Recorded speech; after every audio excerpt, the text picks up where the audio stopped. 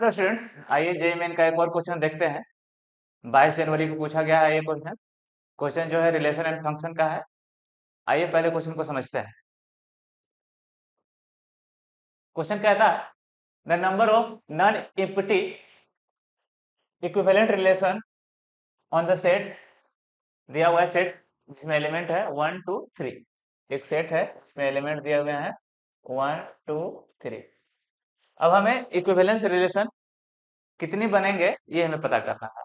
Equivalence relation देखिए, equivalence relation बनाने के लिए हमें तीन चीज को ध्यान रखना पड़ता है। पहला होना चाहिए रिफ्लेक्सिव, दूसरा होना चाहिए सिमेट्रिक सिमेट्रिक और तीसरा होना चाहिए ट्रांजिटिव ट्रांजिटिव। राइट, ये तीनों जो है फॉलो करना चाहिए, तब जाके वो क्या कहलाता है, इक्विवेलेंस रिलेशन कहलाता है।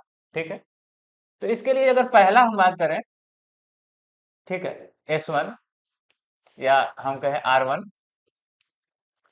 तो 1,1 2,2 और 3,3 इतना एलिमेंट होना चाहिए ही। ठीक है, तभी जाकर रिफ्लेक्सिव होगा।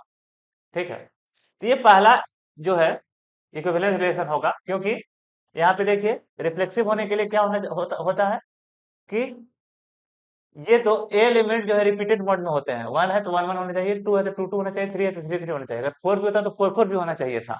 ठीक है, तो ये रिफ्लेक्सिव होता है।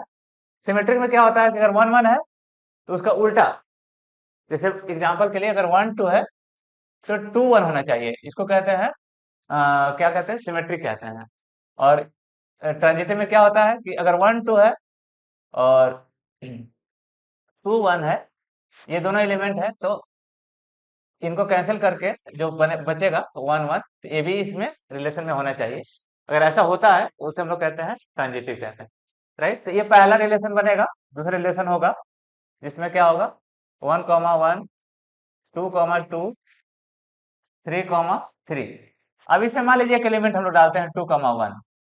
राइट, तो 2,1 जैसे डालेंगे तो ये तो पहले रिफ्लेक्सिव है।